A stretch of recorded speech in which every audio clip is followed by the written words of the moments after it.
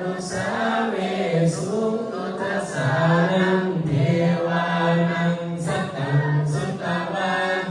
สิเทวาสัตตมนุสาเวสุตุตัสสี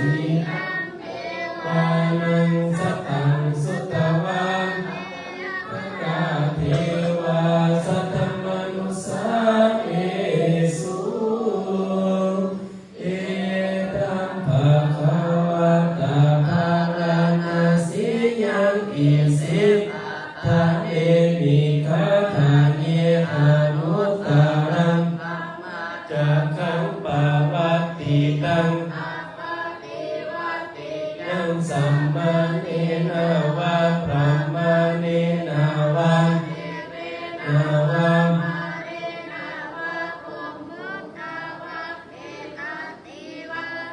กัสสะมินติ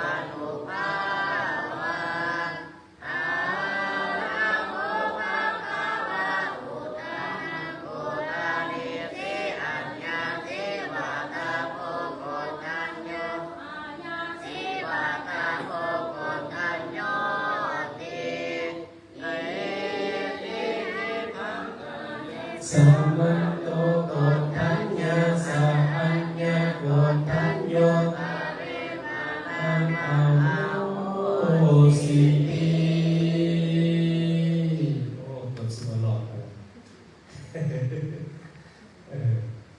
เอาปฏิบัตินิยมเอาจักเอาตัวนี้ซะเอาคาถาโลกุตตรธรรมหน้าที่93วันนี้ได้คาถาตัวนี้ตรงกัน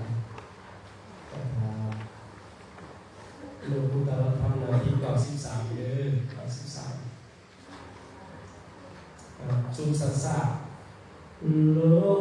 กุตตรังชานังโลกุตตรังมาคังชานังโลกุตตรังสัตติปัฏฐานังชานังโลกุตตรังสัมมาปัฏฐังชานังโลกุตตรังอิทธิปัฏฐังชานังโลกุตตรังอิทธิยังชานังโลกุตตรังชานังโลกุตตรังโพสังฆังชานังโลกุตตรังสัจจังชานังโลกุตตรังสัมมาปัฏฐังชานังโลกุตตรังมังชานังโลกุตตรังขันธังชานังโลกุตตรังตานังชานังโลกุตตรังตุงชานังโลกุตตรังหัตถังชานังโลกุตตรังเวทนังสานังโลกุตตรังสุญญังสานังโลกุตตรังเจตนังชานังโลกุตตรังจิตตังชานังนาที89กับนาที30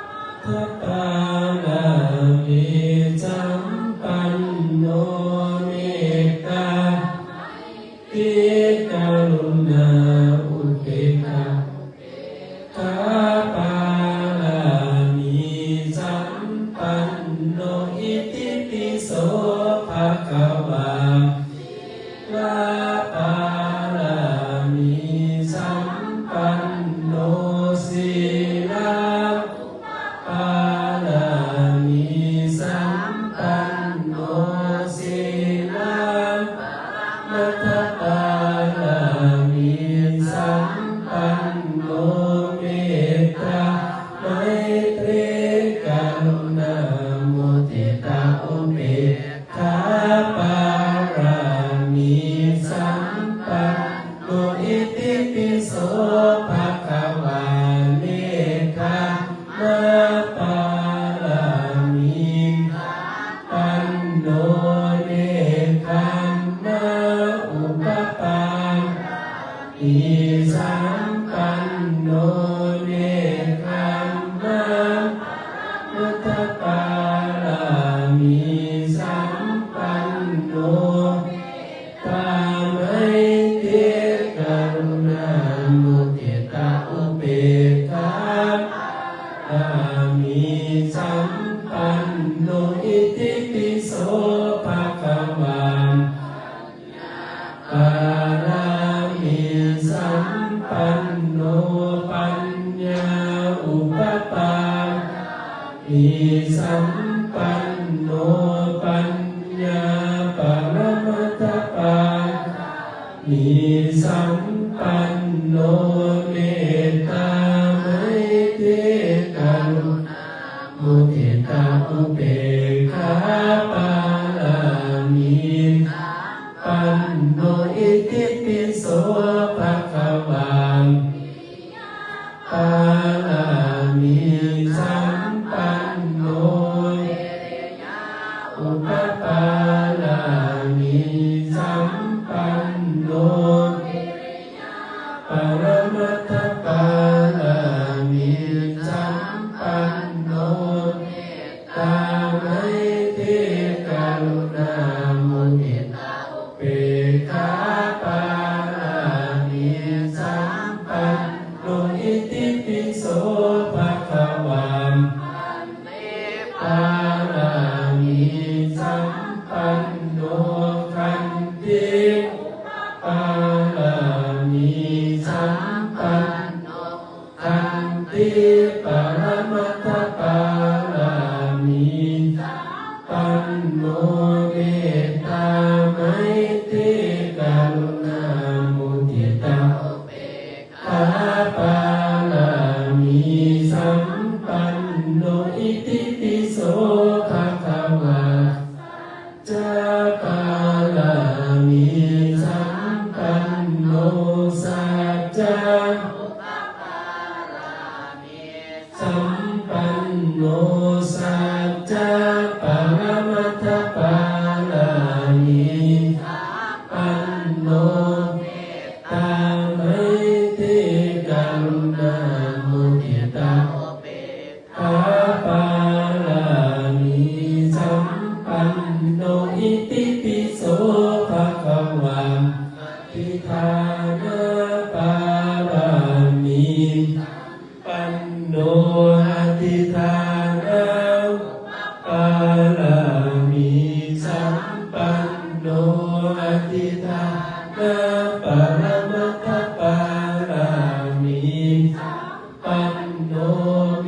ตตาไมตรีกรุณามุทิตาอุเบกขาปาลามิสัมปันโนอิติปิโสภะคะวาตาปาลามิสัมปันโนเมตตาอุปปาลามิสัมปันโนตาปรมัตถปาลามิปันโนเมตตาไมตรีกรุณามุทิตาอุเบกขาปาลามิปันโนอิติปิโสภะคะวาขาปาลามิสัมปันโนอุเบกขาลามิสัมปัน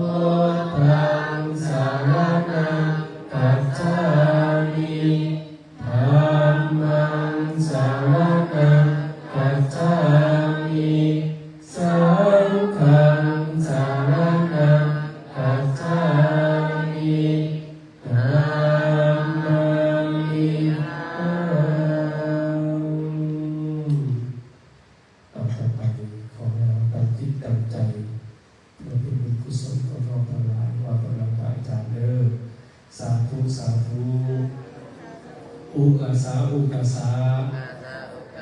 ณโอกาสต่อไปนี้พวกข้าราชทั้งหลายจะขอสมทานเอาซึ่งพระกรรมฐานและวิปัสสนากรรมฐานที่พระพุทธเจ้าได้บัญญัติไว้ดีแล้ว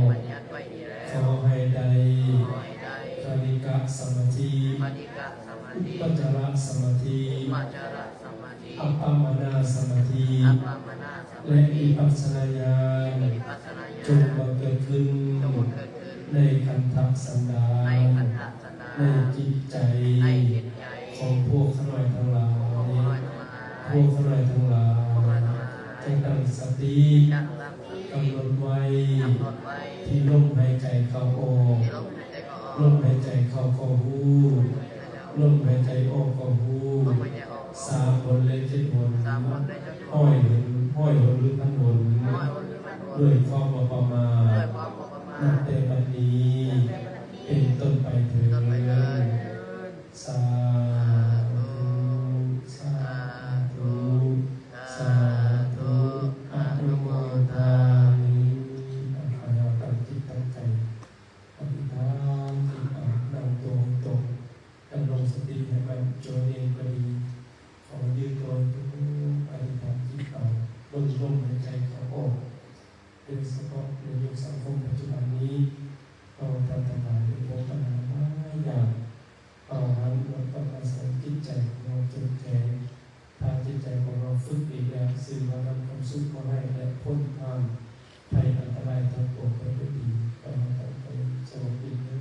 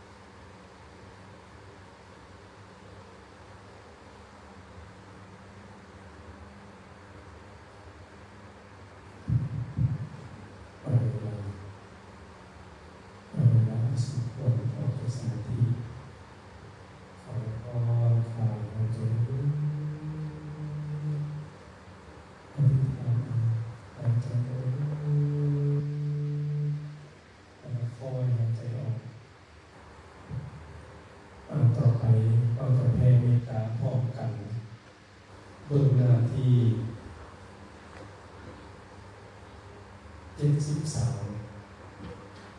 บิ่งหน้าที่73เด้อแผ่เมตตาพร้อมกัน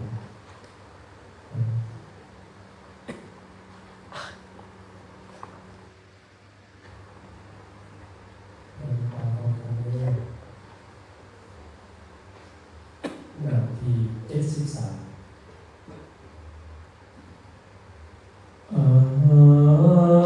สุขิโตมีขอให้ข้าพเจ้ามีความสุขนิทุกโขมีขอให้ข้าพเจ้าบ่มีทุกข์อาเวโรมีขอให้ข้าพเจ้าบ่มีเวรอาทายาปัสโสมีขอให้บ่มีผู้มาเบียดเบียนซึ่งกันและกันเลยอานิโกมีขอให้ข้าพเจ้าบ่มีความทุกข์กายทุกข์ใจสุขีอัตตานังปาริหารามิขอให้มีความสุขกายสุขใจอาสมให้พ้นจากทุกภัยอันตรายทั้งสิ้นเถิดสาเพสัตตาตังวาสัตตังหลายทั้งปวงที่เป็นเพื่อนทุกข์เกิดแก่เจ็บตายด้วยกันทั้งหมดทั้งสิ้นอาเวลาวัตถุจงเป็นสุขเถิดอย่าได้มีเวรแก่กันและกันเลยอาพยาปัสสาวัตถุจงเป็นสุขเถิดอย่าได้เบียดเบียนซึ่งกันและกันเลยอานิทาวัตถุจงเป็นสุขเถิดอย่าได้มีความทุกข์กายทุกข์ใจสุขีอัตตานังปาริหารันตุจงมีความสุขกายสุขใจอาสาตนให้พ้นจากทุกภัยอันตรายทั้งสิ้นเถิดท่านทั้งหลายได้ทุกข์ขอให้ท่านจงมีความสุขท่านทั้งหลายท่านได้สุขขอให้สุขยิ่งขึ้นไปสัพเพสัตตาสัตว์ทั้งหลายที่เกิดเป็นชานาภูชาที่เกิดเป็นอันทาสาที่เกิดเป็นสังเสตาจาที่เกิดเป็นโอปาปาติกาขอท่านทั้งหลายกุศลผลบุญให้ทั่วทุกตัวจักด้วยเถิดอิทังมิยตินังวัตตุสุขิตาวัตตุยตายุขอบุญนี้จงถึงญาติพี่น้องทั้งหลายข้าพเจ้าขอให้ญาติพี่น้องทั้งหลายของข้าพเจ้าเป็นสุขเถิดบันทาป้องกันหน้าที่87เด้อเข้าคือบันทาเด้อบันทาป้องกันเด้ออุกาสวันทามิพันเตเจติยังสัพพังสัพพทาทานิสุปาริตินังสาริริกธาตุไมหาโพธิพุทธรูปังสักการังสัทธาวาจาจามนัจจาเอวะวันทามิเจตถาคเตจยานิอาสานิทานิกัมมนิจามิสัพพะทาอุกัจจวัน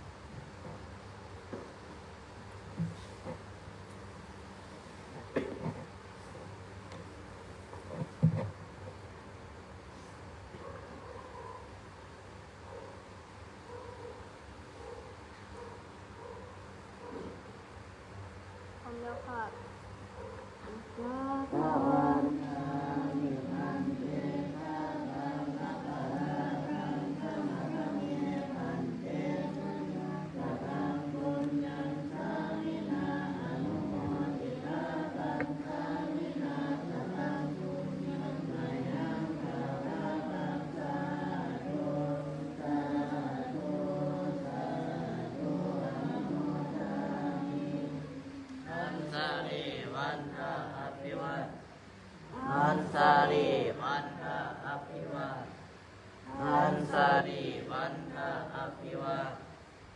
อันสาลีวันทะอันสาลีจะได้ท่านอยู่บ่